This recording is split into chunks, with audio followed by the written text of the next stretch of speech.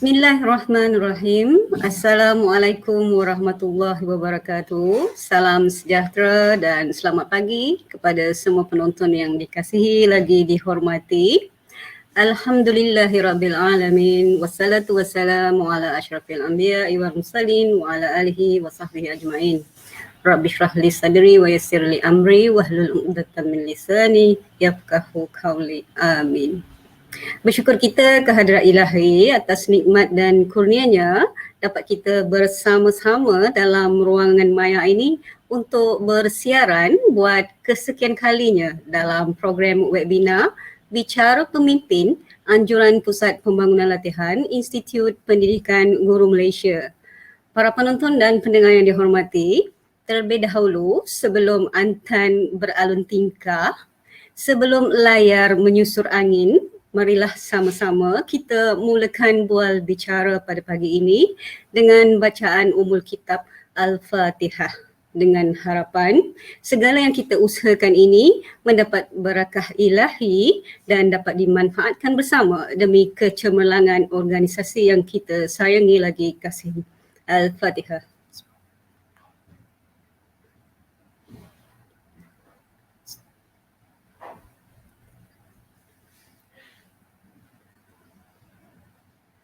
Amin, amin ya rabbal alamin. Baiklah hadirin sekalian, para penonton yang dikasihi, saya Zanaria Ibrahim dari Pusat Pembangunan Latihan Institut Pendidikan Guru Malaysia selaku moderator bicara pemimpin kali ini akan bersama-sama para panel yang dihormati untuk bersiaran dalam tempoh 1 jam. Jadi pada kali ini tuan-tuan dan puan agak istimewa kerana kita didatangkan dengan 2 orang panel yang tidak asing lagi kepada para penonton sekalian untuk membicarakan webinar yang bertajuk Pembentukan Karakter Pemimpin, Bakat atau Bimbingan. Jadi sebelum itu eloklah kiranya saya perkenalkan para panel webinar kita pada kali ini. Sebelum itu, tuan-tuan dan puan-puan, pengumuman dari pihak penaja, sekiranya terdapat sebarang soalan atau persoalan yang ingin dikemukakan, para penonton sekalian bolehlah tuliskan di ruangan chatting dalam laman ini. Jadi hadirin yang dihormati, panel kita yang pertama ialah yang berusaha Dr. Yazid bin Abdul Manap. Mungkin tidak asing lagi kepada para penonton semua. Beliau merupakan Timbalan Rektor Pusat Pembangunan Latihan Institut Pendidikan Guru Malaysia. Berkelulusan ijazah Dr. Falsafah bidang fizik dari UTM, Master Pengurusan Pendidikan UKM, ijazah Sarjana Muda Pendidikan Sains bidang matematik dan fizik dari UTM dan juga Diploma Pendidikan Sains dari UTM. Dr. Yazid sebenarnya mempunyai pengalaman yang sangat luas dalam bidang kepemimpinan. Sebelum memegang jawatan Timbalan Rektor, beliau telah menyandang beberapa jawatan penting pada peringkat IPG kampus dan juga pada peringkat sekolah. Antaranya ialah pengarah IPG Kampus Pendidikan Teknik, Timbalan Pengarah Pengurusan dan Perkhidmatan IPG Kampus Temenggung Ibrahim, Timbalan Pengarah Akademik juga di kampus Temenggung Ibrahim, pensyarah cemerlang juga bidang fizik di IPG semasa di IPG Kampus Temenggung Ibrahim, dan sewaktu di sekolah juga beliau merupakan pemimpin pernah menjawat jawatan guru penolong kanan petang di SNK Taman Keluang Barat Johor, dan pernah juga menjadi guru kanan sains di Sekolah Menengah Teknik Keluang Johor dan juga merupakan ketua panitia fizik di SM Paloh Keluang Johor. Jadi pengalaman yang dimiliki dalam bidang kepemimpinan sangatlah luas ya. Jadi tepatlah panel yang kita panggil pada kali ini. Beliau turut aktif dalam bidang penyelidikan dan banyak terlibat dengan pembentangan dalam seminar peringkat kebangsaan dan juga antarabangsa. Jadi para hadirin sekalian, yang pertama sudah diceritakan, yang kedua pula menyusul. Jadi panel kita yang jelita orangnya iaitu yang berusaha Dr. Marsita binti Muhammad Yusof, merupakan pengarah IPG Kampus Tun Hussein On. Jadi Dr. Marsita latar jaya diri dalam bidang pendidikannya, memiliki ijazah sarjana muda dan diploma pendidikan bidang geografi dan sains, bidang geografi dan sejarah dari Universiti Malaya. Seterusnya melanjutkan pengajian peringkat ijazah sarjana dan juga doktor falsafah dalam bidang pendidikan alam sekitar di Universiti Putra Malaysia. Jadi dalam sejarah perkhidmatannya, beliau memulakan kerjaya di sekolah menengah selama 10 tahun. Kemudian beralih menjadi pensyarah di Institut Pendidikan Guru Kampus Ipoh. Seterusnya menjadi penolong pengarah di bahagian matrikulasi sebelum menjadi pensyarah di Kolej Matrikulasi Melaka. Jadi pada tahun 2015, beliau telah ditempatkan di Institut Pendidikan Guru Malaysia sebagai ketua jabatan dan atas kredibiliti yang dimiliki, seterusnya beliau diamanahkan menjawat jawatan sebagai timbalan pengarah di IPG Kampus Raja Melewah mulai tahun 2020. Jadi para panel yang kita undang pada kali ini sangat hebat ya dalam pengalaman dalam bidang kepemimpinan. Jadi untuk itu penonton, kalau dilihat dari segi tajuk bicara kita hari ini, terkandung satu persoalan yang menarik untuk dibincangkan, iaitu pembentukan karakter pemimpin, bakat atau bimbingan. Jika ditafsirkan dari sudut bahasa tuan-tuan ya, frasa pembentukan karakter pemimpin membawa satu konotasi tentang perwatakan, perwatakan kepribadian seorang pemimpin. Secara tersuratnya, tajuk ni saya kira menggambarkan bagaimana nak membentuk karakter pemimpin itu sendiri. Jadi, adakah karakter seorang pemimpin merupakan bakat semula jadi atau membentuk karakter pemimpin memerlukan bimbingan? Jadi untuk itu, para penonton yang dihormati sekalian, untuk menjawab persoalan ini, kita akan bersama-sama dua orang panel kita yang sangat berpengalaman untuk menjawab segala persoalan dan merungkaikan segala yang bermain di minda kita. Jadi para penonton yang dihormati, apabila disebut pemimpin, terbayang di minda kita pemimpin, tentulah ketua kan, memimpin orang lain dari pelbagai aspek ya, pelbagai aspek tujuannya nak mencapai satu matlamat. Dan saya kira kalau secara asasnya pun diri kita sendiri ialah pemimpin. Bagaimana kita memimpin masa kita, mengatur masa kita mengikut matlamatnya ya, memimpin kehendak kita. Adakah satu keperluan, adakah satu kehendak, itu bergantung kepada diri kita. Sejauh mana kita memimpin diri kita. Jadi asasnya itu kalau kita dapat peroleh pada kiranya, pada saya, kita mampu memimpin orang lain. Tapi adakah pandangan saya ini tepat dan benar? Kita lihat pula pandangan dari pakar-pakar pemimpin kita ni yang didatangkan khas pada hari ini. Kita lihat sudut pandangan yang berusaha Dr. Yazid sebagai seorang pemimpin IPGM. Jadi Doktor, apakah yang dimaksudkan dengan pemimpin? Silakan Doktor berikan pandangan. Assalamualaikum warahmatullahi wabarakatuh dan salam sejahtera. Terima kasih Dr. Zanarah Ibrahim selaku moderator, Dr. Masita Muhammad Yusof selaku panel bersama pada petang ini, tuan-tuan dan puan-puan penonton yang dihormati sekalian. Jadi terlebih dahulu marilah kita mengucapkan syukur kepada Allah Ta'ala kerana pada petang ini kita dapat bersama-sama dalam satu webinar yang bertajuk pembentukan karakter pemimpin, bakat atau bimbingan. Dan tajuk ini sangat menarik dan seperti yang diberkatakan oleh Dr. Zanarah tadi, asas bagi untuk menjadi seorang pemimpin adalah kepimpinan kita sendiri.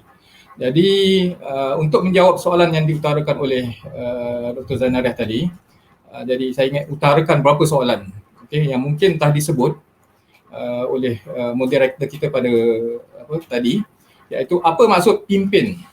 Apa maksud pimpin? Jadi pimpin itu adalah mengetuai atau mengepalai sesuatu. Jadi apa maksud pemimpin pula? Jadi individu yang boleh memberi pengaruh pada individu lain dalam sesuatu organisasi. Tuan-tuan dan puan-puan, adakah semua orang boleh menjadi pemimpin? Ini satu persoalan yang saya bangkitkan kepada tuan-tuan dan puan-puan penonton yang dihormati sekalian. Jadi untuk menjawab soalan ni, saya akan perkatakan satu hadis riwayat Bukhari dan Muslim yang bunyinya seperti berikut. Setiap kamu adalah pemimpin dan akan diminta bertanggungjawab atas kepimpinannya. Penguasa adalah pemimpin dan akan diminta bertanggungjawab atas kepimpinannya. Seorang lelaki adalah pemimpin dalam rumah tangga dan akan diminta bertanggungjawab atas kepimpinannya. Seorang wanita adalah pemimpin di rumah suaminya dan akan diminta bertanggungjawab atas kepimpinannya. Pembantu rumah tangga adalah pemimpin dalam menjaga harta kekayaan tuannya dan akan diminta bertanggungjawab atas kepimpinannya. Dan setiap kamu adalah pemimpin dan akan diminta bertanggungjawab atas kepimpinannya. Jadi daripada hadis ini kita dapat tahu bahawa setiap orang adalah pemimpin dan hampir seluruh waktu yang kita miliki digunakan untuk memimpin diri sendiri. Tuan-tuan dan puan-puan yang hormati sekalian, adakah semua orang boleh menjadi pemimpin yang berjaya? Dan bagaimana untuk menjadi pemimpin yang berjaya? Kemampuan memimpin diri sendiri sangat penting. Ini seperti yang disebut oleh moderator tadi. Kemampuan memimpin diri sendiri sangat penting dimiliki oleh setiap manusia, khususnya yang mendapat amanah memimpin orang lain. Jadi Maxwell dalam bukunya The 360 Leaders mengatakan, pimpinlah diri saudara sendiri dahulu. Sekiranya saudara tidak mahu mengikut diri saudara sendiri, mengapa pula orang lain mahu mengikut saudara? Bijak pandai pernah berkata, to lead yourself, use your head. To lead others, use your head. Okay, tuan-tuan dan puan-puan yang dihormati sekalian, dalam tubuh badan anggota kita, ada dua organ ataupun dua anggota yang menjadi pemimpin kepada seluruh anggota yang lain. Tuan-tuan dan puan-puan, apakah dua anggota tersebut? Jadi tidak lain dan tidak bukan anggota tersebut ialah otak dan hati. Tuan-tuan dan puan-puan, saya ingin petik satu kata-kata daripada Sayyidina Ali bin Abi Talib, iaitu Khalifah Islam yang keempat, yang berkata, barang siapa yang hendak menjadikan dirinya sebagai imam, yakni pemimpin dalam kalangan masyarakat, dia harus mengajar dirinya sendiri terlebih dahulu sebelum mengajar orang lain. Dia harus mendidik dirinya dengan perilaku yang baik sebelum mendidik orang lain dengan ucapan. Orang yang sanggup mengajar dan mendidik diri sendiri lebih berhak dihormati daripada orang yang hanya pandai mengajar dan mendidik orang lain. Tuan-tuan dan puan, saya ingin bawa kisah dalam webinar pada kali ini berkaitan dengan kepimpinan diri sendiri. Kisah yang pertama. Satu hari Raja Prusia, Frederick Agung, berjalan-jalan di pinggir kota Berlin, Jerman. Dalam perjalanan, beliau bertemu dengan seorang lelaki tua. Kemudian Frederick bertanya kepada lelaki tua tersebut, "Kau siapa?" Tanya Frederick. "Saya raja," jawab lelaki tua itu. Raja, jadi terkejut Raja Prusia tadi ataupun Frederick tadi. Raja, Frederick ketawa dan bertanya lagi, "Kerajaan mana kau memerintah?" Jadi orang tua itu menjawab, "Kerajaan atas diri saya sendiri." Jadi jawab lelaki tua itu dengan perasaan bangga. Tuan-tuan dan puan-puan, kisah kedua, tuan-tuan dan puan. Seorang pendeta abad ke-12 Masihi pernah berkata, "Ketika saya masih muda, saya ingin merubah dunia. Ternyata itu sangat susah. Jadi saya berusaha merubah bangsa. Ketika saya tidak dapat merubah bangsa ini, saya memulai memfokuskan untuk merubah kota. Ternyata saya tidak dapat merubah kota dan saya sudah mulai tua. Kemudian saya berusaha merubah keluarga. Sekarang, sebagai seorang yang tua, saya menyedari perubahan yang dapat saya lakukan adalah merubah diri sendiri dan tiba-tiba saya menyedari kalau saya merubah diri saya sendiri terlebih dahulu, saya dapat memberi impak perubahan itu kepada keluarga. Daripada keluarga itu, saya dapat memberikan impak perubahan kepada kota. impak itu dapat memberikan perubahan pada bangsa dan dunia ini. Tuan-tuan dan puan-puan, jadi apa pengajaran yang kita boleh perolehi daripada kedua-dua kisah itu sendiri? Jadi tidak lain dan tidak bukan, kita adalah pemimpin setidak-tidaknya kepada diri kita sendiri.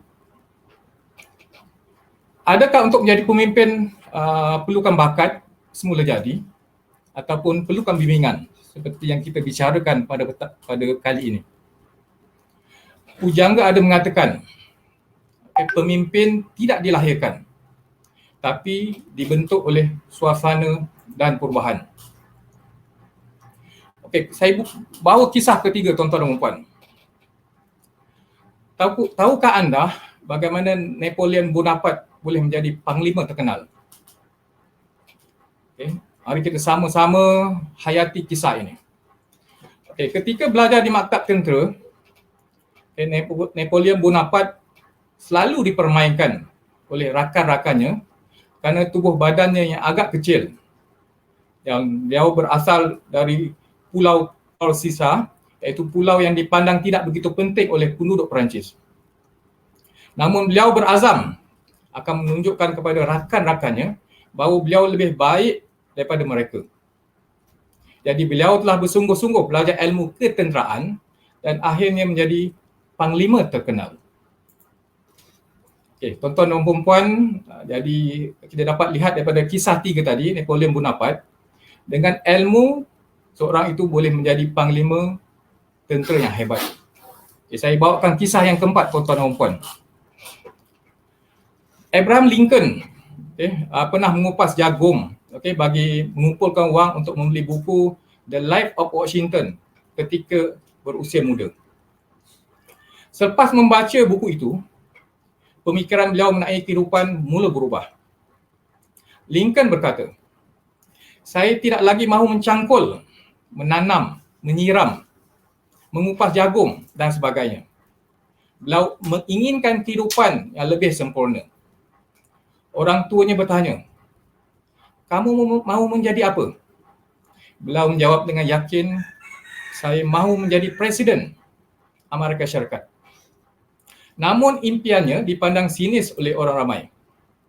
Tapi dengan semangat kental dan sikap optimis yang luar biasa, Abraham Lincoln berjaya menjadi Presiden Amerika pada tahun 1860 ketika berusia 51 tahun. Jadi kejayaan Abraham Lincoln sebagai ahli politik dan Presiden Amerika Syarikat terletak pada kekuatan beliau menguasai bahasa atau pandai berpidato. Jadi sejak usia remaja, beliau telah berlatih berucap di hadapan rakan-rakan beliau mengenai suatu topik. Aktiviti ini dilakukan setiap hari. Dan ketika beliau menjadi peguam, di sebelah petang, dia akan bertemu rakan-rakannya untuk berpidato dan ada kalanya beliau mengadakan pertandingan pidato. Jadi tuan-tuan dan puan-puan, daripada kisah-kisah yang saya bawa tadi, saya dapatlah diberi kesimpulan bahawa kita adalah sekurang-kurangnya pemimpin kepada diri sendiri. Dan adakah watak sebagai pemimpin itu lahir daripada semula jadi ataupun disebabkan oleh bimbingan ataupun boleh dipelajari. Jadi daripada kisah 3 dan 4 tadi sebenarnya untuk menjadi seorang pemimpin bakat pun perlu ada, tapi tidak semestinya menjadi satu keperluan. Yang lebih penting kita sanggup untuk mempelajari sesuatu berkaitan dengan kepimpinan itu sendiri seperti yang berlaku pada Abraham Lincoln tadi dan juga Napoleon Bonaparte. Jadi untuk sesi ini ataupun untuk pertanyaan pertama, jadi setakat ini dulu Dr. Zanaria. Terima kasih. Terima kasih Yang Berhormat Dr. Yazid ya. Saya sangat terujalah mendengar penjelasan daripada doktor, seakan terasa mendengar satu tazkirah pagi daripada seorang ustaz ya. Dan dibawa kita berlayar hingga seantero dunia nak menjelaskan konsep seorang pemimpin itu. Jadi apa yang saya dapat petikkan tadi, saya tertarik dengan kata-kata didiklah diri sendiri daripada didik orang lain. Jadi kalau itu asasnya kita telah peroleh, maka satu kriteria lah untuk kita bergerak kepada memimpin orang lain. Jadi kita beralih pula kepada panel kita seorang lagi, iaitu yang berusaha Dr. Mashita, yang merupakan juga pemimpin pada peringkat IPG Kampus. Jadi sudilah kiranya doktor untuk kongsikan kepada para penonton dan pendengar makna pemimpin berdasarkan pengalaman yang berusaha doktor sendiri sebagai pemimpin pada peringkat IPG Kampus. Silakan doktor. Okey, terima kasih Dr. Zanaria Ibrahim selaku moderator webinar kita pada pagi ini. Assalamualaikum warahmatullahi wabarakatuh. Salam sejahtera yang dihormati Dr. Yazid Abdul Manap, Timbalan Rektor Pusat Pembangunan Latihan IPGM dan juga sidang hadirin hadirat yang bersama-sama dengan kita pada pagi ini di webinar kita ya yang bertajuk pembentukan karakter pemimpin, bakat atau bimbingan. Terlebih dahulu saya ingin mengucapkan terima kasih kepada pihak IPGM terutama kepada Yang Besar Dr. Rektor dan pihak pengurusan IPGM kerana sudi menjemput saya sebagai panel untuk webinar kali ini. Terima kasih dan juga Dr. Zana dan juga Dr. Yazid ya, kita berkongsi-kongsi ilmu pada pagi ini. Baik, bagi menjawab persoalan daripada moderator kita Dr. Zanaria, betul ya seperti yang telah diutarakan oleh panel yang pertama tadi Dr. Yazid, kalau kita nak jadi pemimpin, kita jadilah pemimpin kepada diri kita sendiri ya. Okey, di sini saya cuba nak kupaskan makna pemimpin ya. Pemimpin adalah individu yang memberi pengaruh ya, pengaruh ataupun kita kata influence kepada individu yang lain dalam satu-satu organisasi. Manakala kepemimpinan pula adalah pelbagai cara atau kaedah bentuk interaksi antara pemimpin dengan orang yang dipimpin. Jadi sebelum kita nak memimpin orang lain, Dr. Zana ya, Dr. Yazid dan juga sidang penonton sekalian, kita harus memimpin diri kita sendiri ya, kerana konsep kepimpinan itu adalah kita membentuk interaksi antara pemimpin dengan orang yang hendak kita pimpin. Jadi menurut Nordhaus 2007, leadership is a process whereby an individual influences a group of individuals in a new way to achieve a common goal. Jadi kita influence atau kita pengaruh sekumpulan ataupun individu yang lain kerana apa? Kerana untuk kita mencapai matlamat, hala tuju dan memacu kecemerlangan sesebuah organisasi. Sebab itu pentingnya peranan sebagai pemimpin. Seterusnya menurut Stephen P. Roberts 1991 pula, kepemimpinan adalah kemampuan seseorang mempengaruhi sesuatu kelompok ke arah pencapaian tujuan. Jadi dia balik semula kepada yang tadi, kita mesti ada matlamat. Ya, kita nak influence orang lain, mengapa? Mesti ada satu tujuan, mesti ada satu matlamat. Kemudian menurut Robert G. Owens pula, kepimpinan merupakan satu interaksi antara satu pihak yang memimpin dengan yang dipimpin. Jadi maknanya lebih kurang sama. Menurut Robert Kritegat dan juga Angelo dan Kinichi, kepimpinan adalah keupayaan mempengaruhi anggotanya untuk mencapai tujuan organisasi. Dia tambah lagi secara sukarela. Maknanya tak ada paksaan ya, kerana kita bekerja untuk satu-satu organisasi. Jadi pemimpin atau ketua itu mempengaruhi atau influence pengikutnya hanyalah untuk mencapai hala tuju organisasi, tetapi dengan secara sukarela. Ya, itu yang ditambah oleh Robert ya.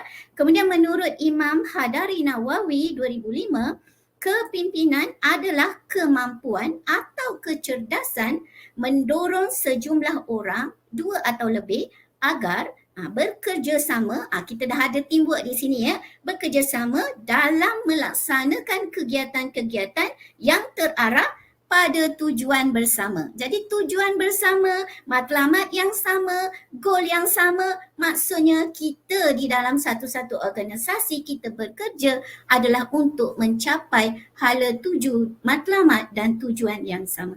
Jadi itu Dr. Zana ya, secara ringkas maksud kepimpinan. Jadi dalam kepimpinan ni kita ada konsep kepimpinan menurut Swansburg, menurut Josh Terry, menurut Sullivan dan Decker, dan jika kita juga ada 4 faktor dalam kepimpinan itu sendiri, iaitu faktor diri kita ataupun diri semua orang, faktor para penonton semua sebagai pemimpin.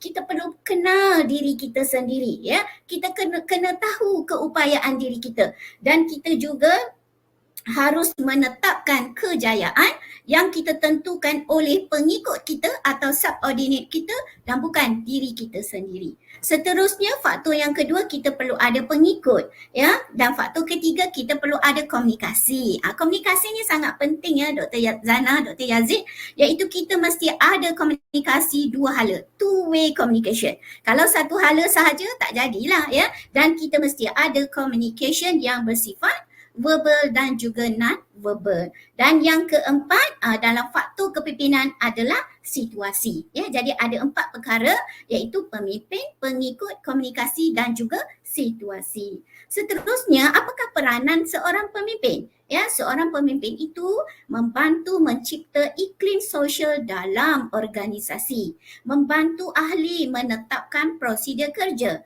membantu kelompok mengorganisasikan diri, bertanggungjawab dalam membuat keputusan dalam organisasi dan memberi kesempatan, peluang dan ruang kepada ahli untuk belajar dari pengalaman. Jadi inilah yang moderator tanya tadi, macam mana kita nak mendefinisikan pemimpin ya, berdasarkan pengalaman. Jadi pengalaman saya berkhidmat di KPM ini ya, sebagai guru, sebagai pensyarah, sebagai pihak pengurusan, sebagai ketua jabatan, sebagai timbalan pengarah dan yang terkini sebagai pengarah. InsyaAllah sambil kita menjalankan tugas ya Dr. Zana, sebenarnya kita menimba pengalaman ya. Jadi kita belajar sambil kita bekerja, dan pengalaman itu memang kita tak dapat di dalam buku-buku, kita akan melaluinya sendiri through the process ya. Baik, kalau mengikut model-model kepimpinan Islam pula Dr. Zana ya, ciri-ciri pemimpin mengikut kepimpinan Imam Al-Ghazali ada menyebut bahawa seorang pemimpin yang hebat itu adalah seorang pemimpin yang mempunyai daya intelek yang tajam. Maksudnya very knowledgeable, very intellectual ya. Daya intelek yang tajam, sangat berpengetahuan dan mampu berfungsi, memiliki keberanian ya, dia brave, dia sangat berani bila dia membuat keputusan.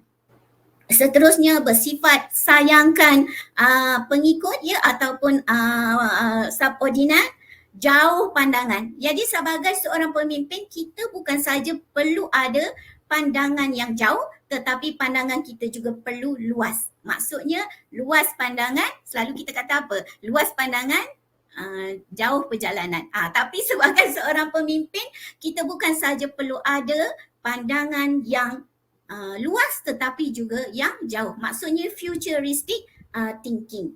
Selain daripada itu, kita kena tegas. Ya, kita tegas bertempat. Ya, bukan garang tetapi kita tegas untuk memastikan sesuatu task atau tugas yang diberikan itu dapat diselesaikan dalam tempoh yang ditetapkan. Kemudian menurut Imam Ghazali lagi, seorang pemimpin mempunyai keazaman yang tinggi dan benar, berpengetahuan mengenai keadaan organisasinya, dan juga dapat memastikan pegawai, ketua dan ahli-ahlinya dapat menjalankan tugas dengan baik dan berkesan. Ya, okey, Imam Ghazali menambah lagi di antara ciri-ciri pemimpin yang berkesan ya, sidang hadirin sekalian, adalah kejujuran dan integriti ya, kecerdasan, kepintaran yang tinggi, kematangan sosial, stabil emosi, itu sangat penting. Kalau kita ada something masalah di rumah, jangan kita bawa ke pejabat, dan kalau kita ada masalah di pejabat, seboleh-bolehnya jangan kita bawa ke rumah ya. Stabil emosi, kematangan ya, perspektif yang luas, konsep kendiri yang positif, motivasi dalaman dan dorongan pencapaian, hubungan kemanusiaan. Hubungan kemanusiaan ini sangat penting. Ya, sebagai seorang ketua, kita harus bukan saja menjalin, bukan sahaja harus membina, tetapi juga memupuk hubungan yang baik ya antara ketua dan juga stafnya ya. Kemudian kita sebagai seorang ketua juga harus berani mengambil risiko, sabar dan mempunyai keyakinan yang tinggi ya. Okey, dalam konteks IPG ya Dr. Zainal, apakah pemimpin yang kita harapkan atau apakah pemimpin yang kita inspirasikan? Jadi menurut John Quincy Adams iaitu Presiden Amerika Syarikat yang ke-6, ya, menurut John Quincy Adams dia mengatakan bahawa jika tindakan anda menginspirasikan orang lain, meaning that kita ni inspired ya kepada orang lain untuk bermimpi yang indah dan bermimpi lebih. Ya, kita tidur kita selalu mimpi. Tetapi dia kata jika tindakan anda menginspirasi orang lain untuk bermimpi indah dan bermimpi lebih, belajar lebih, melakukan sesuatu yang lebih dan menjadi seorang yang lebih.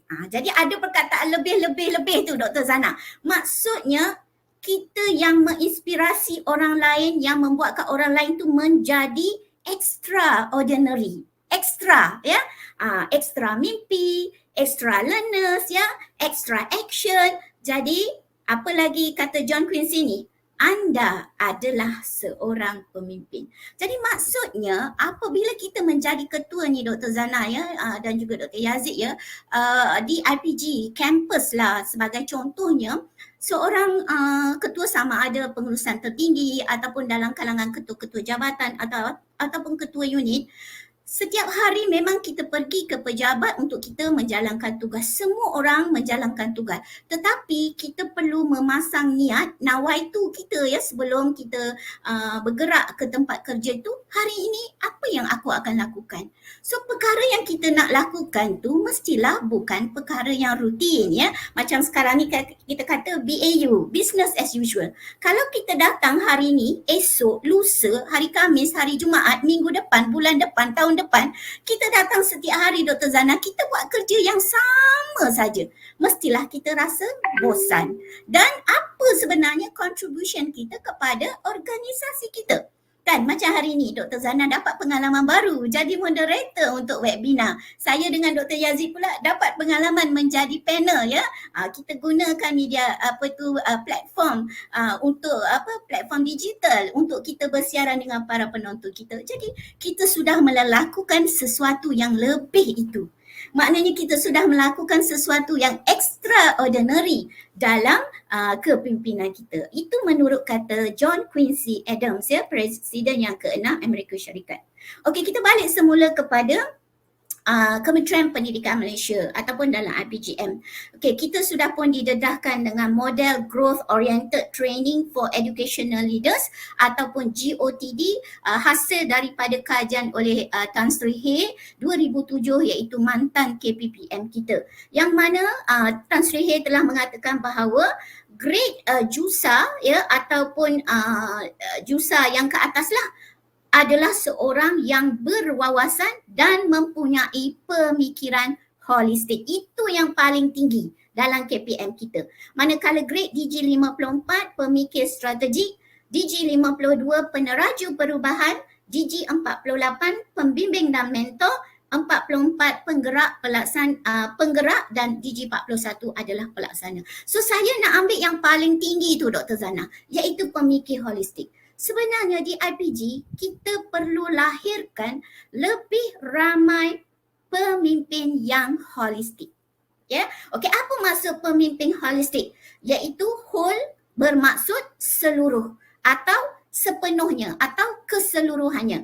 Manakala mengikut Kamus Dewan DBP, holistik bermaksud bersifat saling berkait antara satu sama lain sebagai satu sistem. Jadi kita ni saling berhubungan, saling connecting the dot ya, saling berkait antara satu sama lain. Itu maksud holistik.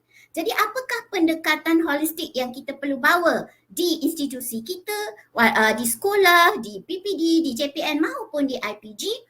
Adalah pendekatan bahawa semua faktor diperhitungkan secara keseluruhan. Itu maksud dia menyeluruh, holistik ya.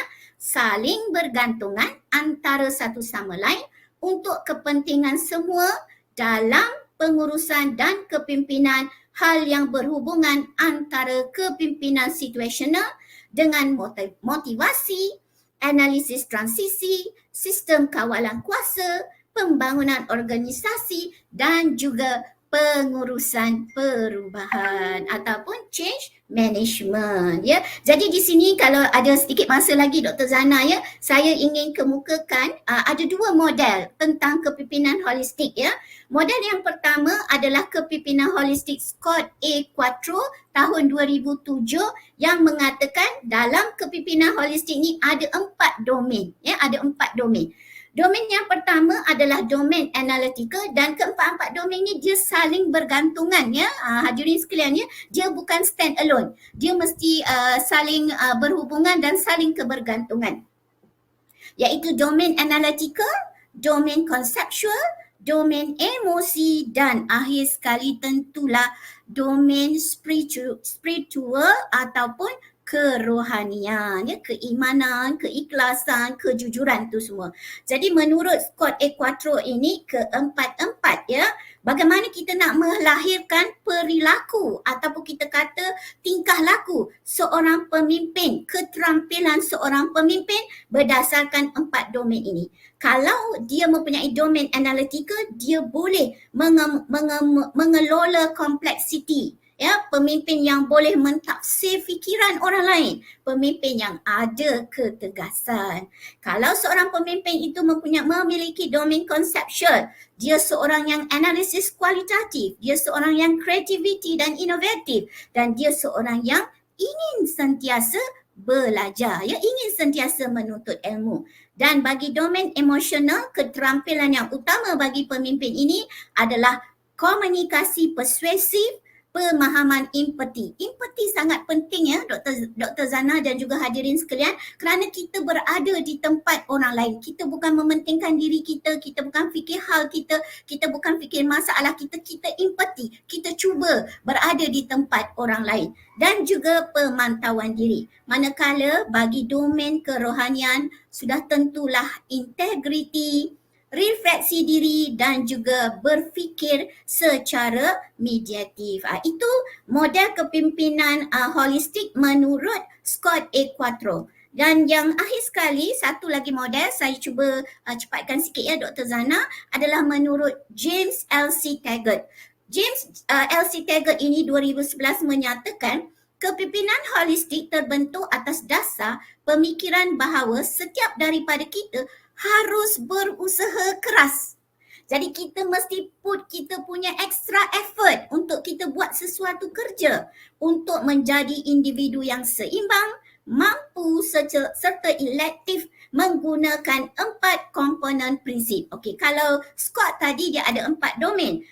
James L.C. Taggart ini dia ada 4 prinsip komponen kepimpinan, iaitu teaching, mengajar, directing, mengarah, participation, penyertaan atau keterlibatan dan nurturing ataupun memupuk, ya. Jadi 4 komponen di dalam pemimpin holistik menurut model holistik Taggart. Dan di bawah keempat-empat komponen ni Dr. Zana, dia adalah ciri-ciri dia yang lebih detail.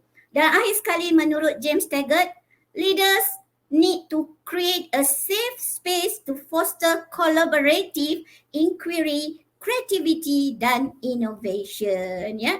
So akhir sekali untuk sesi yang pertama ni, ya, Dr. Zana, di IPG sebenarnya untuk jadi pemimpin kita mesti holistik. Maksudnya kitalah pemimpin instructional sebab kita mengajar, kan, PDP. Kitalah pemimpin transformational, ya. Kitalah pemimpin distributed leadership, ya. Kitalah academic leader, segala-galanya adalah kita, ya, kerana kita melahirkan modal insan dan juga dengan harapan modal insan yang kita lahirkan itu boleh memberi bakti sumbangan kepada bangsa, agama dan negara. Dan segala-galanya adalah bermula daripada seorang pemimpin. Okey, di sini dulu Dr. Zana, saya kembalikan semula kepada Dr. Zana. Terima kasih. Terima kasih Yang Berusaha Dr. Masyita atas penjelasan yang amat bermakna dan sangat menyeluruh. Kalau Dr. Yazid tadi bercakap tentang bermula dengan aspek diri, tapi Dr. Masyita telah membawa kita meluas, maksudnya konteks makna pemimpin bukan saja pada diri tapi konteks pemimpin dengan persekitarannya. Dan apa yang penting saya suka dengan kata-kata Dr. Masyita tadi, interaksi, komunikasi, dua hala. Antara sama ada kita sebagai pemimpin dengan orang-orang yang kita pimpin. Jadi para penonton yang dihormati, telah jelas apa yang dimaksudkan, apa yang telah dibincangkan oleh Dr. Masyita tadi dari sudut teorinya. Jadi secara praktisnya, para hadirin sekalian, sudah tentulah pemimpin itu merupakan nak dipilih sebagai pemimpin adalah karakternya. Jadi teringat saya kepada satu pantun, serangkap pantun yang berbunyi, jika memilih tempat mandi, pertama elok, kedua pantai. Pertama teluk, kedua pantai. Jika memilih pemimpin negeri, pertama elok, kedua pandai. Okay, jadi pantun ini dia menyerlahkan bahawa apa yang Dr. Masyita telah sebutkan tadi dan juga membawa makna kepada nak memilih pemimpin. Adalah kriteria yang tertentunya yang telah diterangkan secara teorinya oleh Dr. Masyita tadi. Jadi dari segi karakter individu yang bakal dipilih itu tentunya ada satu landasan, ada satu asas yang dibentuk oleh mana-mana organisasi. Jadi watak dan perwatakan pemimpin baik yang bijak, terampil dan sebagainya perlulah dibuat satu pemilihan. Jadi saya tujukan soalan ini kepada Yang Berusaha Dr. Yazid selaku pemimpin pada peringkat IPGM. Agaknya bagaimanakah ya doktor sebenarnya karakter seorang pemimpin yang dihasratkan dalam konteks IPG? Kita dah dengar tadi secara teorisnya, tapi dari segi praktisnya sebenarnya dalam konteks kita sebagai sebuah institusi keguruan yang lebih kepada institusi yang membentuk insan, membentuk modal insan pada masa depan. Jadi sudah tentulah karakter yang dihasratkan dalam konteks IPG itu mungkin berbeza dengan organisasi yang lain. Silakan doktor. Okey, terima kasih Dr. Zana atas persoalan yang kedua tadi. Bagaimana sebenarnya karakter seorang pemimpin yang dihasratkan dalam konteks IPG. Okey, sebenarnya tadi pun dalam jawapan Dr. Masyita pun dah disebut sebenarnya. Okey, model-model teori-teori kepimpinan holistik sebenarnya. Tapi mungkin dalam sesi ni saya ingin berkongsilah pengalaman saya bagaimana karakter itu terbentuk, okay, dari semasa saya mula posting sehinggalah diberi tugas dan amanah sehinggalah ke jawatan yang sekarang saya peganglah. Jadi mungkin pengalaman dan juga perkongsian ni dapat membantu tuan-tuan dan puan-puan yang menjadi pemimpin di luar sana.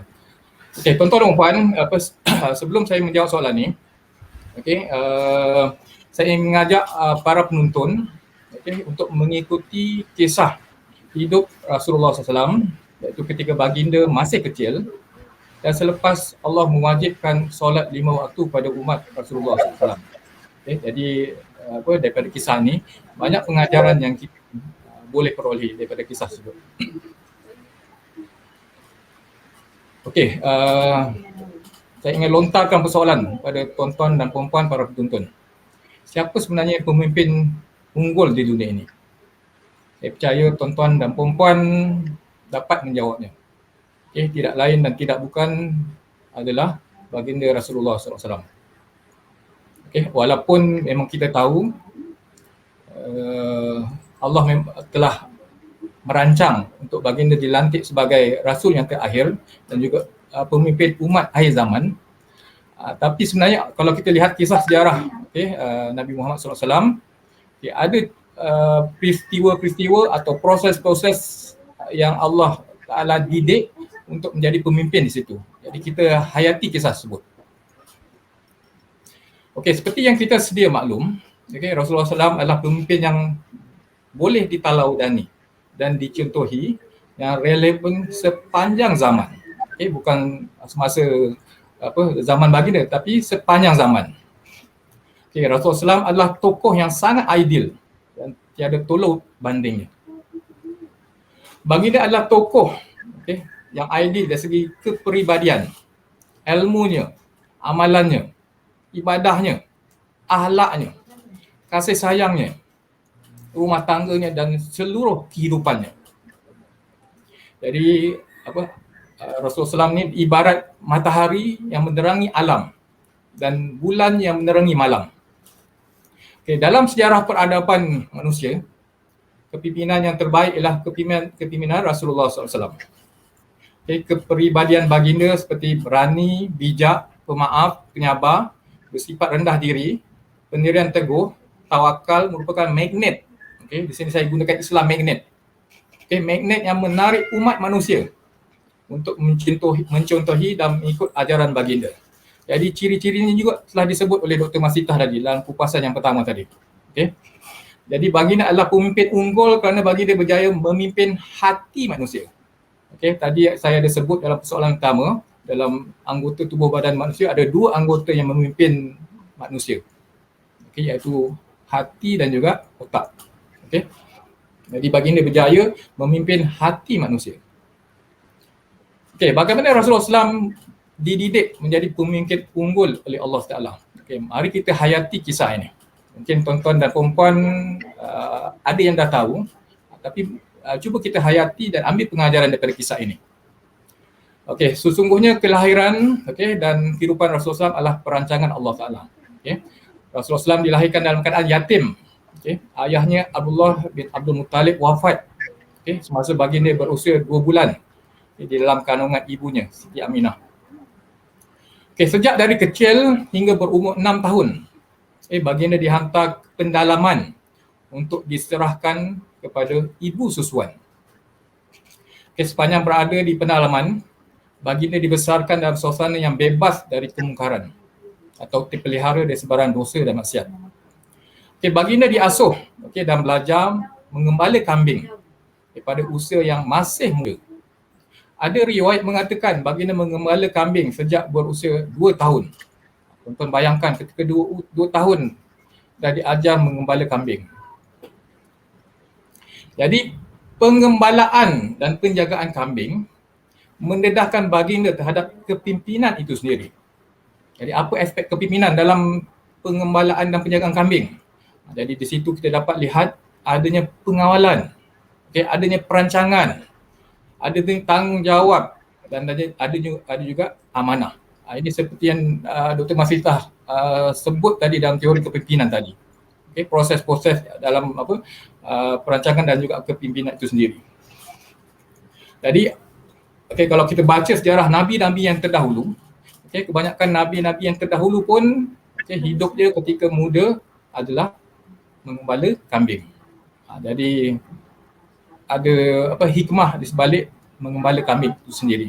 Jadi bertuah benarlah kalau ada di antara tuan-tuan dan puan-puan mempunyai pengalaman mengembala kambing. Sebab di situ ada hikmah yang tersembunyi dari aspek kepimpinan. Tapi kita kena pandai congkillah apa aspek kepimpinan di situ. Bukan dia sekadar menjaga kambing itu sendiri tanpa apa-apa pengajaran yang kita peroleh. Tuan-tuan dan puan-puan, yang kedua tadi saya nak maklumkan juga, iaitu berkaitan dengan kepimpinan yang diperolehi melalui solat. Jadi kita tahu bahawa solat itu adalah tiang agama dan diwajibkan ke atas umat Islam seluruh dunia. Jadi sebenarnya setiap perintah Allah ada hikmah atau rahsia di sebaliknya. Jadi solat yang diperintahkan oleh Allah Ta'ala kepada umat Nabi Muhammad SAW mengandungi hikmah yang tidak terhitung banyak. Jadi apakah hikmah yang terdapat dalam solat yang dikerjakan 5 kali sehari semalam? Tidak ramai manusia yang menghayati maupun memahami falsafah kefarduan solat, apatah lagi menterjemahkannya dalam kehidupan seharian. Dalam aspek kepimpinan, banyak hikmah diperolehi melalui solat, terutamanya solat berjemaah. Mari kita sama-sama lihat apakah hikmah yang diperolehi daripada solat berjemaah dari segi aspek kepimpinan. Pertama, solat berjemaah memimpin manusia bekerja sebagai satu pasukan. Tuan-tuan dan puan-puan, baru-baru ni kita telah menyaksikan sukan Olimpik di Tokyo. Ada acara secara individu dan juga ada acara secara berkumpulan. Jadi kita ambil satu acara secara berkumpulan. Okay. Contohnya bola sepak. Okay. Tidak ada mana-mana pasukan bola sepak yang terhandal dunia dapat menjaringkan gol jika pemain-pemain tidak bersatu dan sehaluan. Okay. Jadi bekerja sebagai satu pasukan adalah bekerja bersama untuk satu tujuan. Ini pun Dr. Masitah dah terangkan tadi. Okay. Matlamat ataupun gol. Okay. Jadi setiap ahli akan menggunakan pengetahuan, okay, kemahiran, usaha dan tenaga untuk membawa organisasi ke arah kejayaan. Okay. Dalam zaman yang penuh dengan persaingan ekonomi, kemahiran bekerja sebagai berpasukan adalah perlu untuk membawa kemajuan atau kejayaan organisasi. Okay, kalau kita lihat dalam acara sukan di Tokyo juga, katalah lumba basikal kan. Kita punya pemain lumba basikal kita dapat menang hadiah perak. Itu pun sebenarnya di sebalik ataupun di belakang permainan ini ada tim. Ada tim atau pasukan yang menguruskan pertandingan itu, dan begitu juga dalam menguruskan basikal itu sendiri. Ada tim yang menguruskan dari segi tayarnya, siapa yang lihat, dari segi tempat kayuhnya, rimnya dan sebagainya. Jadi di belakang di sebalik permainan itu sebenarnya ada tim yang menguruskan permainan itu ataupun yang menguruskan acara tersebut. Jadi bagi meningkatkan kesepahaman dan kesepakatan sebuah organisasi, mulakanlah dengan solat berjemaah. Jadi hubungan antara kaki tangan dalam organisasi akan lebih erat jika bersolat berjemaah bersama. Jadi hikmah yang pertama tadi, dengan solat berjemaah manusia boleh bekerja sebagai satu pasukan. Dan kalau kita baca teori-teori kepimpinan, teori-teori pengurusan, kerja berpasukan atau team working ni adalah satu elemen yang sangat penting untuk kejayaan atau kecemerlangan sesuatu organisasi. Tanpa kerja berpasukan, tanpa team working ni, mana-mana organisasi yang hebat di seluruh dunia tidak akan berjaya.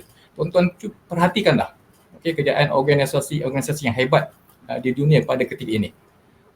Mereka merupakan satu pekerja yang bekerja secara berpasukan. Jadi dengan melatih diri melakukan solat berjemaah, dapat membina aspek team working ni dalam organisasi kita. Kemudian yang kedua, jadi solat berjemaah memimpin manusia untuk merebut peluang untuk maju ke hadapan. Macam mana kita nak maju ke hadapan ni dengan solat berjemaah ni? Cuba kita lihat satu hadis yang diriwayatkan oleh Abu Hurairah.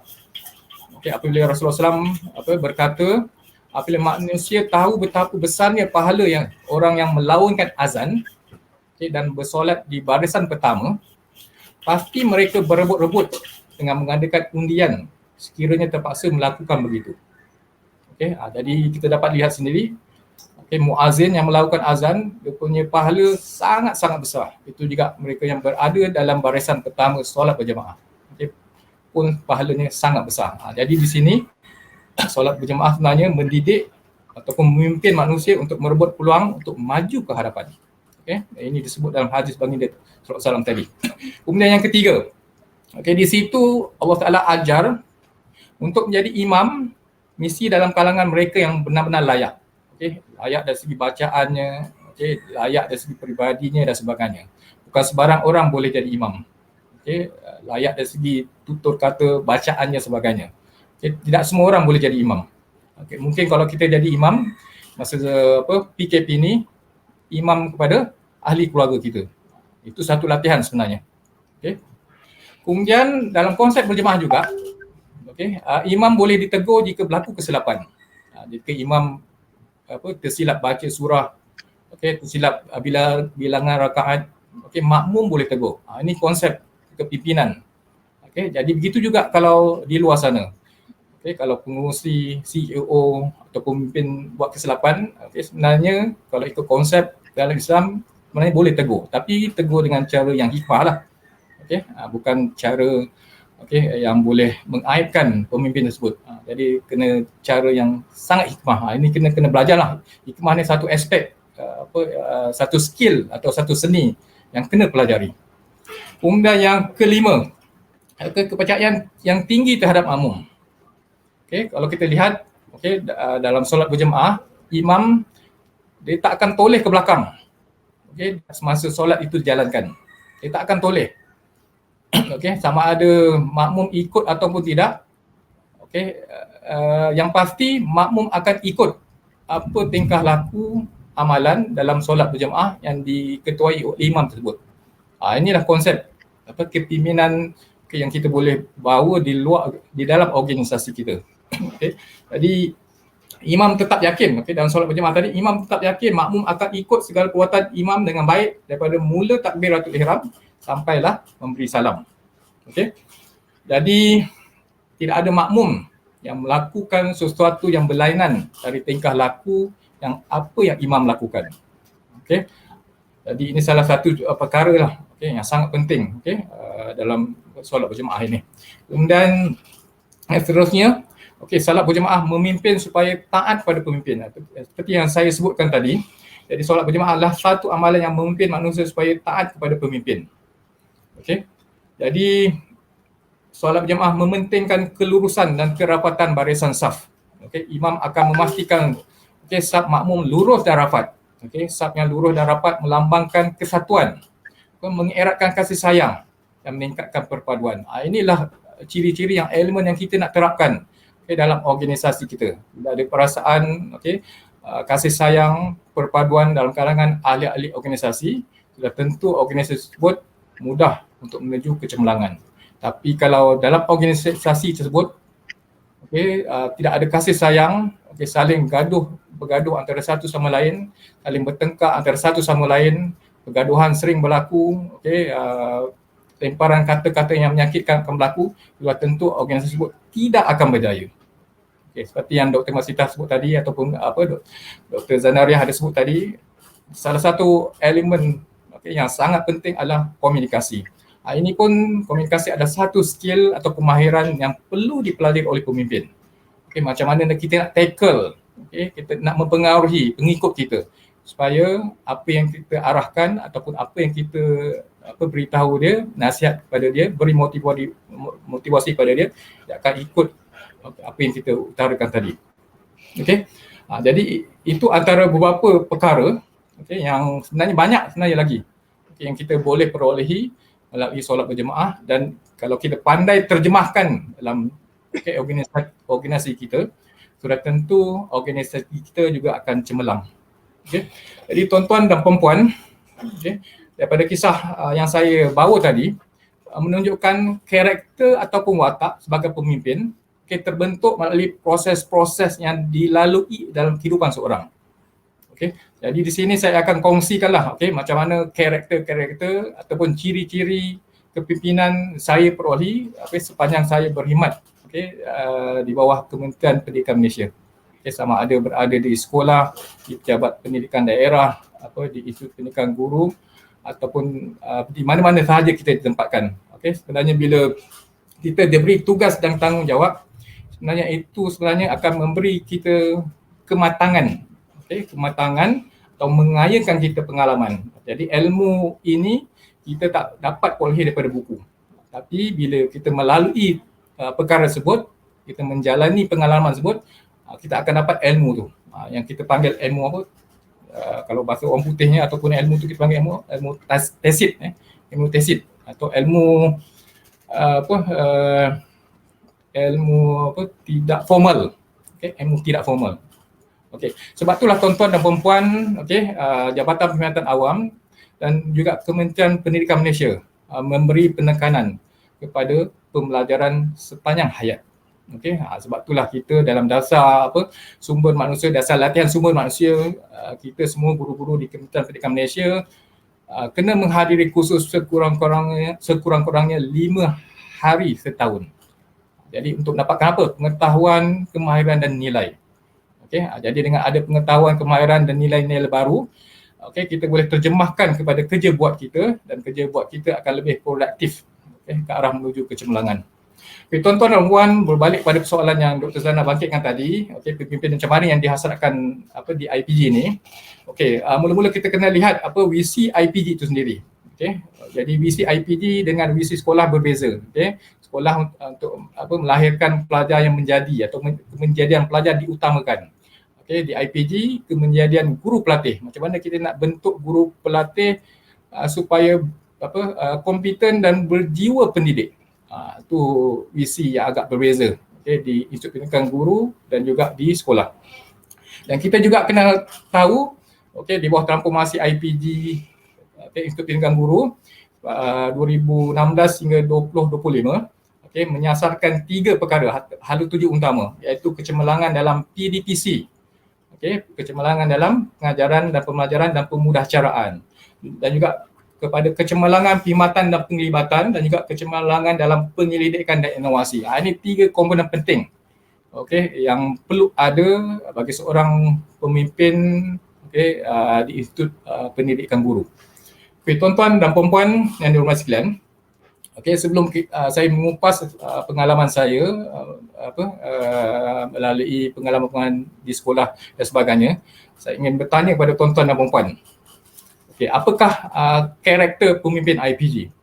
Okay, apakah karakter pemimpin IPG? Ini berbalik pada soalan yang Dr. Zana tadi tanya, iaitu kita perlukan seorang pemimpin kompeten. Okey, pemimpin kompeten berjiwa pendidik.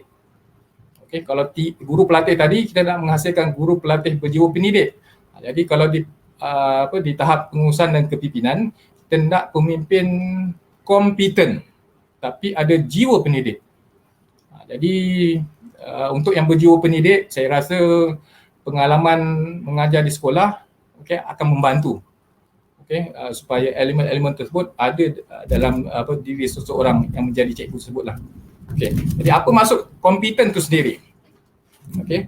Jadi mungkin jawapannya pun saya dah sebut tadi. Okay. Kompeten ditarikkan sebagai gabungan aspek pengetahuan, kemahiran, okay, dan ciri-ciri peribadi yang perlu dimiliki serta diamalkan bagi melaksanakan suatu pekerjaan atau jawatan. Okay. Sekarang saya nak kupas dulu. Okay. Apa dia maksud berjiwa pendidik? Apa maksud guru berjiwa pendidik? Okay, guru berjiwa pendidik. Ini guru-guru yang Institut Pendidikan Guru nak hasilkan. Okay, guru yang berjiwa pendidik. Okay. Ini saya pun tak mengharapkan tuan-tuan beri jawapan kat saya. Okay. Saya akan berikan jawapan dan tuan cuba hayati. Okay, guru berjiwa pendidik ialah kita percaya bahawa potensi pelajar boleh berkembang.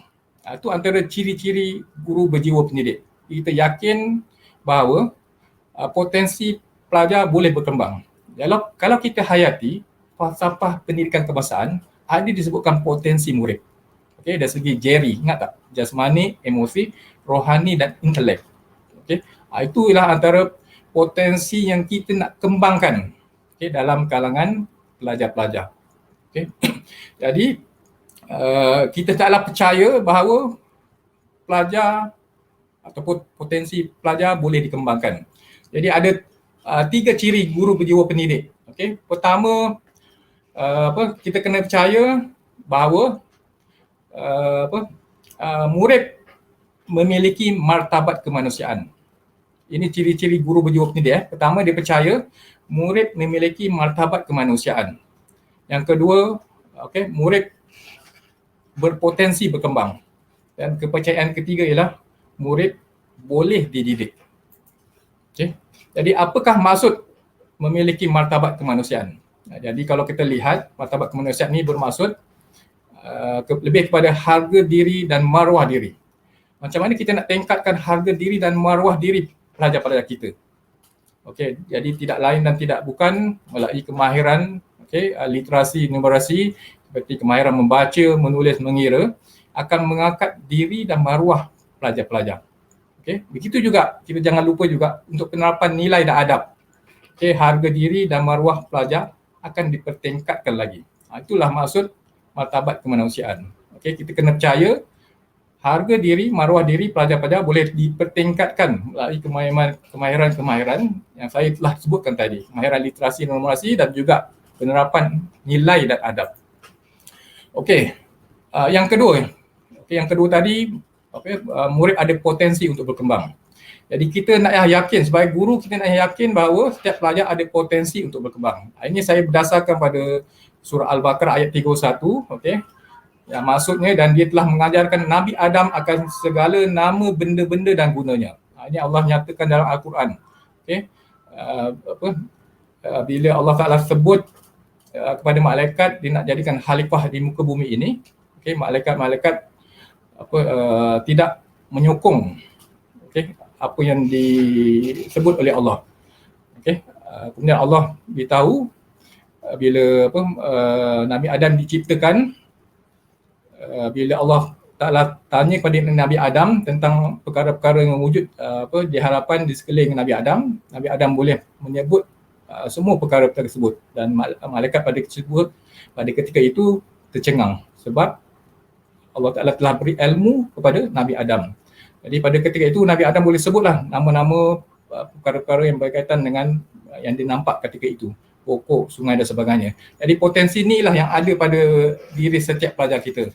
Jadi kita ada kemahiran ataupun kita ada pengetahuan untuk menamakan. Contohnya kalau kita tunjukkan handphone tu sendiri, okey, telefon pintar.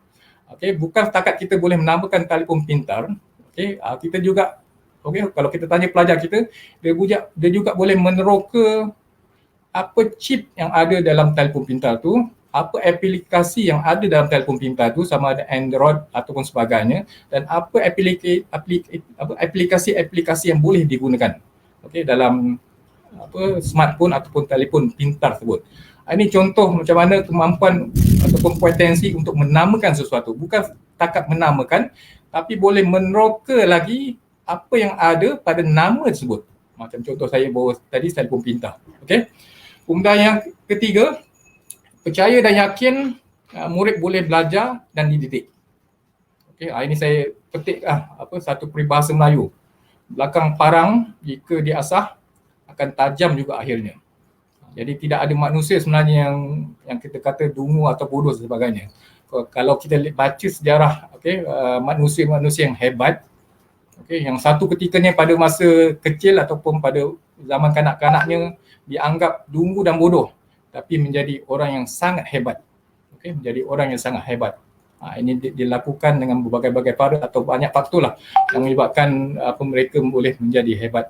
Jadi kalau tuan-tuan baca kisah sejarah Albert Einstein, okey, pandai bercakap bila umurnya dah lebih daripada 4 tahun kan.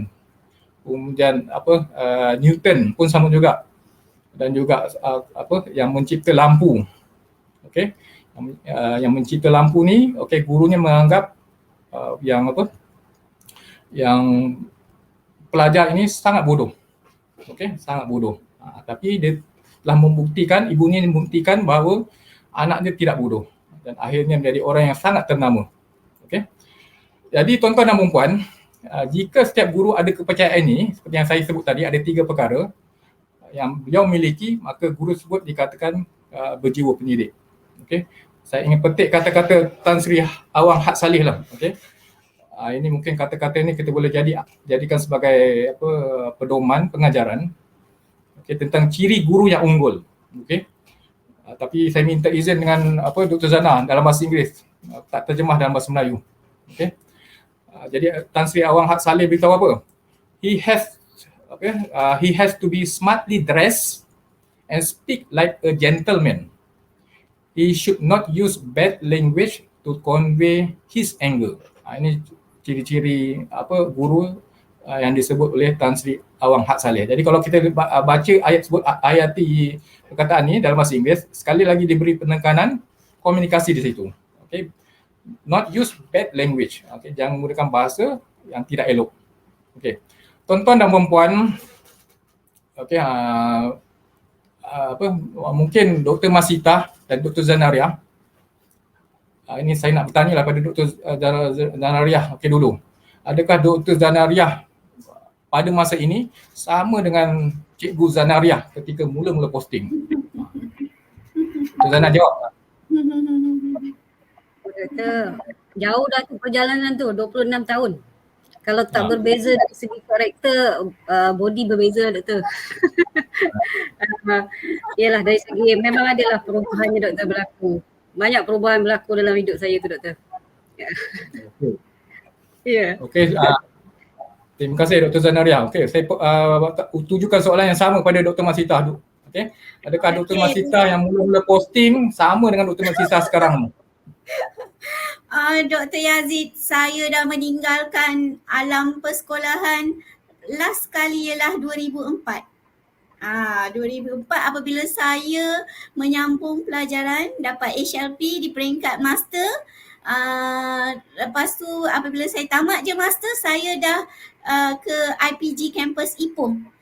Jadi bayang ya, 2004 dah sekarang 2021, dah berapa tahun dah tu. Jadi of course lah, masa kita kat sekolah dulu Dr. Yazid, kita sangat cetek pengalaman ya. Dan kita punya kita kata environment kita adalah environment sekolah. Macam dulu-dulu kita zaman saya menjadi cikgu lah ya. Kita kurang membuat action research ya, kita kurang membuat inovasi, dan pada masa itu pun kita cuma ada kursus-kursus pun pihak sekolah tak buat sendiri Dr. Yazid. Yang akan memanggil cikgu-cikgu ni berkursus adalah PPD ataupun JPN. Jadi kalau masa tu kita jadi cikgu, kalau kita dapat pergi kursus yang JPN panggil atau PPD panggil, kita sangat seronok sebab kita akan berjumpa kawan-kawan cikgu dari seluruh Malaysia. Tapi macam sekarang ni tambah-tambah pandemik ni kan, kita online pun kita dah boleh jumpa kawan-kawan kita seluruh Malaysia, malah seluruh dunia. Jadi zaman telah berubah. Dan banyaklah pengalaman-pengalaman kita belajar semasa kita jadi cikgu ya di sekolah menengah. Macam saya 6 ke 7 sekolah. Saya berada di satu-satu sekolah tu tidak lama. 2 tahun setengah saya dah berpindah. Jadi saya merasa mengajar di sekolah bandar, Taman SMK Taman Melawati. Student saya adalah artis. Saya juga pernah mengajar di SMK Selancar Perwira Jaya, Rompin. Student saya adalah anak-anak peneroka Felda. Saya juga pernah mengajar di SMK Kampung Raja Cameron Highland. Student saya adalah anak pekebun sayur ya di Cameron Highland. Jadi suasana latar belakang lokasi sekolah itu sendiri mempengaruhi sebenarnya cara kita melaksanakan tugas kita sebagai pendidik, sebab kita perlu menyantuni anak-anak murid kita itu dengan cara yang berbeza-beza ya. Saya ingat lagi Dr. Yazid, masa saya mengajar kat Cameron Highland, ada seorang parents ni datang, dia Chinese kan. Cikgu, anak saya ni cikgu tak pandai, dia cakap tau. Biar anak saya tidur. Cuma cikgu kejutkan dia bila nak belajar matematik saja, dia kata. Subjek lain dia kata biar anak dia tidur. Masa tu memang saya sebab saya di sana kekurangan cikgu, memang saya mengajar matematik kelas anak dia. Kenapa Dr. Yazid? Kenapa Dr. Ziana ya? Kenapa penonton sekalian? Kerana bapa dia seorang pekebun sayur di Cameron Highland menghantar anak lelaki dia pergi sekolah hanya semata untuk mengambil alih perniagaan dia. Jadi saya punya anak pandai kira wang, pandai kira duit. Jadi subjek lain bagi dia tidur. Tapi subjek matematik saya mau cikgu ajar dia betul-betul. Itu pengalaman saya Dr. Yazid. Sangat berbeza dengan sekarang. Okey, itu dulu Dr. Yazid. Panjang pula. Jadi silakan teruskan Dr. Yazid. Ya. Okey, terima kasih Dr. Masita dan Dr. Zanaria. Okey, tapi yang saya pasti seperti yang disebut oleh Dr. Masita, okey, dulu masa mungkin Dr. Zanaria dan Dr. Masita baru berposting hanya sebagai peserta sahaja kan. Okay, bukan jadi penceramah. Itu yang saya pastilah. Dan sekarang kedua-dua mereka, Dr. Zanaria dan Dr. Masita, jadi penceramah pula. Okey, terutama dalam webinar pada petang ini. Jadi panel pula tu dan moderator. Saya percaya kalau diberi tanggungjawab tu ketika mula-mula posting, saya ingat menangis tak berlagu kot katnya. Menggigil lah. Tapi sebab lama. Apa dia? Zana? Kalau baru posting disuruh bercakap, saya ingat tak nampak langit gelap, kaki tak jejak. Begitulah andaiannya doktor, perubahan yang berlaku dalam diri kita sebagai pemimpin untuk diri sendiri. Teruskan doktor. Okey, jadi apakah menyebabkan perubahan-perubahan itu berlaku?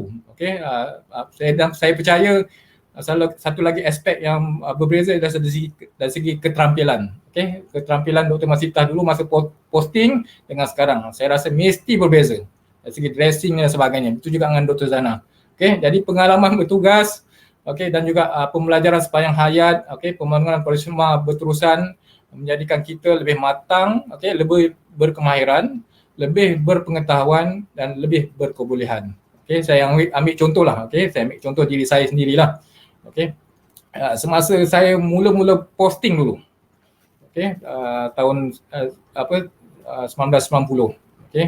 Jadi ketika saya mula posting, saya diberi jadual waktu untuk mengajar fizik tingkatan 5. Okey, fizik tingkatan 5. Jadi saya tanya pada penonton yang normal sekalian.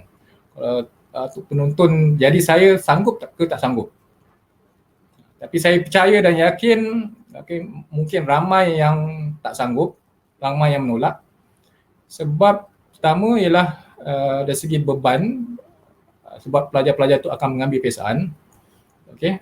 Dan yang kedua, dari segi kompetensi kita sendiri. Okay, kompetensi kita sendiri. Okay, kita guru muda, okay, dan pelajar-pelajar tingkatan 5 dah besar-besar. Jadi kalau kita ada pengalaman mengajar pelajar-pelajar yang besar-besar ni, pertama kalau kita masuk kelas, langkah pertama dia akan buat ialah dia akan uji pengetahuan guru tersebut. Itu memang garanti punya dia akan buat. Okey. Dia akan uji cikgu tersebut. Okey. Jadi kebetulan saya mengajar kelas tingkatan 5 tu kelas 5 sains yang sangat pandai. Okay, pelajar-pelajarnya semasa PMR ataupun kalau dulu panggil SRP, semuanya straight A. Jadi pertama sekali dia akan uji kita, okay, dari segi pengetahuan kita dalam bidang kita. Jadi masa tu saya mengajar fizik lah tingkatan 5. Jadi di situlah kita kena tunjukkan kita ni berpengetahuan dan sebagainya. Okay, jadi untuk mengatasi perkara tersebut, ada beberapa strategi yang saya lakukan lah. Okay, antara strategi yang saya lakukan, saya beli semua buku rujukan yang ada di kedai. Okay, buku rujukan fizik, okay, yang ada di kedai saya beli. Dan sebelum saya masuk kelas, saya belik setiap satu buku rujukan tersebut. Jadi bila pelajar tanya, saya boleh tahu daripada buku mana saya dapat. Jadi bila pelajar tanya dan saya boleh jawab, barulah sesi PDP kita dia akan beri tumpuan. Jika tidak, dia buat endah tak endah saja. Itu strategi lah. Jadi sebenarnya bila diberi tanggungjawab untuk mengajar kelas tingkatan 5 SPM, sebenarnya seperti yang saya sebut tadi, ini merupakan satu beban sebenarnya. Okey, beban dari segi apa? Dari segi preparation, dari segi persediaan. Walaupun kita pernah melalui SPM, tapi sebagai seorang guru dengan seorang pelajar adalah berbeza sebenarnya. Okey, jadi guru perlu tahu segala-galanya. Jadi nak tak nak, jadi kita kena belajar lah. Okay, kita kena belajar, buat soalan-soalan tahun-tahun lepas untuk menjadikan kita lebih mahir, okay, dan cekap. Okay, dan itu saya lakukan. Saya akui saya lakukan. Saya buat soalan-soalan SPM fizik 20 tahun ke belakang ataupun 10 tahun ke belakang saya buat. Okay, jadi bila masuk ke dalam kelas, saya merasa sangat yakin untuk mengajar. Okay, saya merasa sangat yakin mengajar.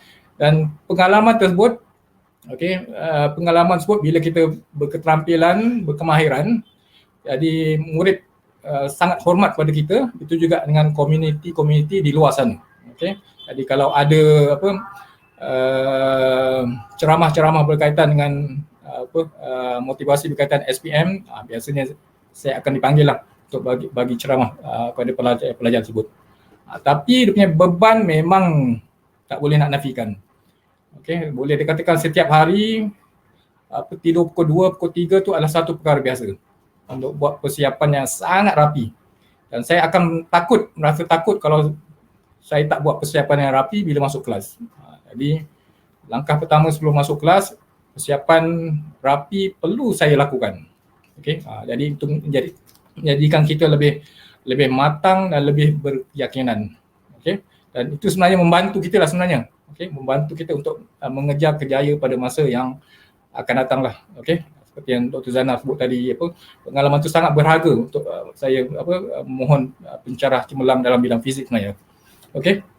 Kemudian pengalaman mengikuti sarjana, kemudian begitu juga doktor falsafah, dan juga ada satu kursus yang saya pernah ikuti, kursus diploma untuk menjadi pengetua. Okey, diploma untuk jadi pengetua. Diploma dalam bahasa Inggeris panggil ataupun dalam bahasa Melayu adalah sijil kepengetuaan kebangsaan. Okey, sijil kepengetuaan kebangsaan. Itu sebenarnya latihan-latihan tu memberikan kita kematangan, berikan kita ilmu untuk kita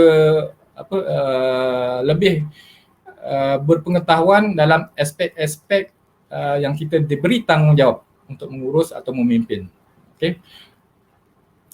Okey, kemudian saya ingin sebut satu pengalaman yang sangat penting yang saya tak boleh lupakan, iaitu semasa saya menjadi guru penilai petang. Kalau dulu dipanggil guru penilai petang, tapi sekarang dipanggil guru penolong kanan petang. Okey, guru penolong kanan petang. Okey. Dan di situ ketika memegang jawatan tersebut, okey, saya belajar satu kemahiran yang sangat penting. Kemahiran menyelesaikan masalah dan membuat keputusan yang tepat. Okey. Jadi apa isu yang berlaku sebenarnya? Okey, mungkin saya boleh kongsi dengan tuan-tuan dan puan-puan. Okey, semasa saya pegang jawatan guru penolong kanan petang, okey, saya ada seorang sahabat, okey, kawan ni sangat baiklah. Okey, kawan ni sangat baik. Tetapi ada satu hari kawan ni tidak masuk kelas. Okey, tidak masuk kelas. Okey, jadi saya cek jadual waktu, lihat pada kelas tersebut, dia dapati memang betul dia tak masuk kelas. Jadi apa yang langkah yang saya harus lakukan? Sama ada saya nak tegur ataupun saya tak tegur. Okey, sudah pasti saya mesti tegur dia. Sebab untuk kepentingan organisasi, okey, saya kena tegur dia. Saya mesti tegur kawan tersebut. Okey, sebab dia tak masuk kelas. Jadi saya pun panggil dia masuk ke dalam pejabat. Okey, saya tanya dia kenapa tak masuk kelas. Tapi dia tak mengaku tak masuk kelas.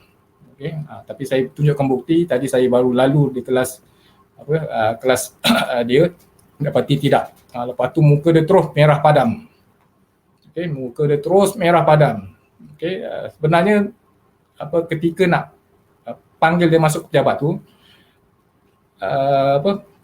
saya nak buat keputusan memanggil dia satu perkara yang susah sebenarnya, sebab kemahiran tu saya belum ada. Okey, kemahiran tu saya belum ada lagi.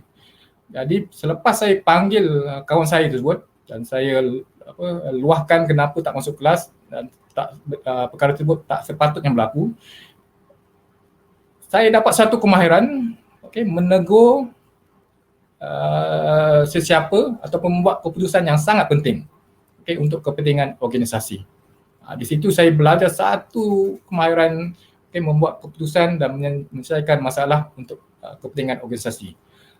Saya rasa kalau saya tak pegang jawatan tu, saya rasa saya tak berpeluang untuk buat keputusan seperti itu. Mungkin dalam bentuk yang lain lah, dalam bentuk situasi yang berbeza. Tapi itu satu pengalaman yang sangat luas, okay, yang sangat membantu saya untuk ke jawatan-jawatan seterusnya. Okay, begitu juga semasa saya menjadi pensyarah cemerlang di Institut Pendidikan Guru kampus Temenggung Ibrahim. Okey, saya diberi tugas menjadi setiausaha mesyuarat, tuan-tuan dan puan.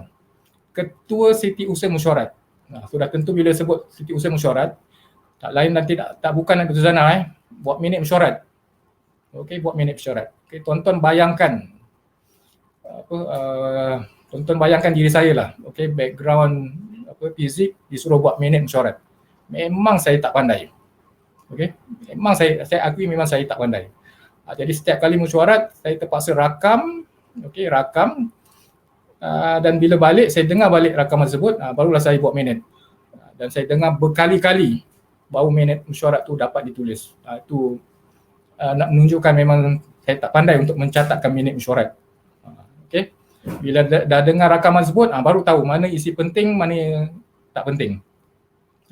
Itu kemahiran yang saya perolehi semasa menjadi Setiausaha Mesyuarat. Okey, mesyuarat M3P, mesyuarat pengurusan masa tu. Okey. Begitu juga semasa menjadi pemegang jawatan timbalan pengarah di Institut Pendidikan Guru Kampus Tengku Ibrahim. Masa tu pengarah menyerahkan tugas atau memberi amanah untuk saya melaksanakan perayaan Jubli Emas di Institut Pendidikan Guru Kampus Tengku Ibrahim. Dan antara tetamu yang ingin dijemput adalah Sultan Johor lah. Jadi satu task yang sangat berat. Dari situ saya belajar proses-proses berjumpa dengan pihak istana dan sebagainya. Banyak kemahiran proses-proses yang kita belajar semasa pegang jawatan tersebut. Begitu juga masa pengalaman jadi pengarah di Institut Pendidikan Guru Kampus Pendidikan Teknik.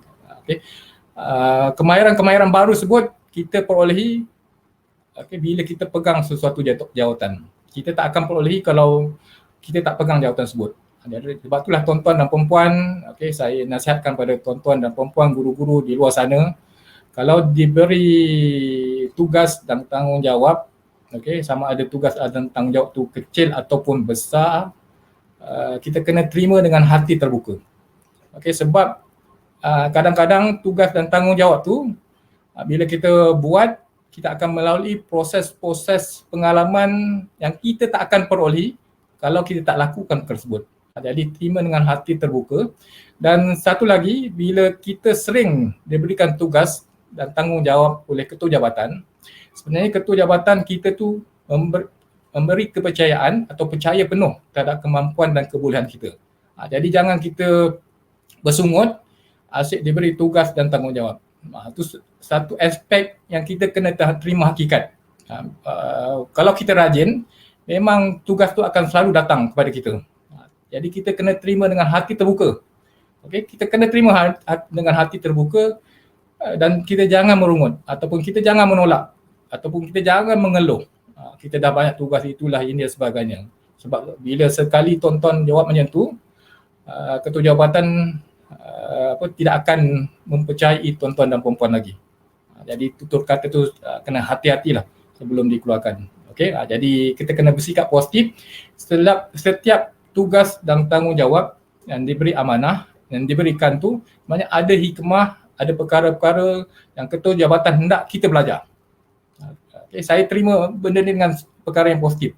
Kalau ikutkan tadi jadi Setiausaha Minit Mesyuarat M3P tu, kalau ikutkan saya boleh tolak sebenarnya sebab saya bagi alasan yang sangat kukuh. Saya tak pandai buat minit. Tapi itu bukan alasan.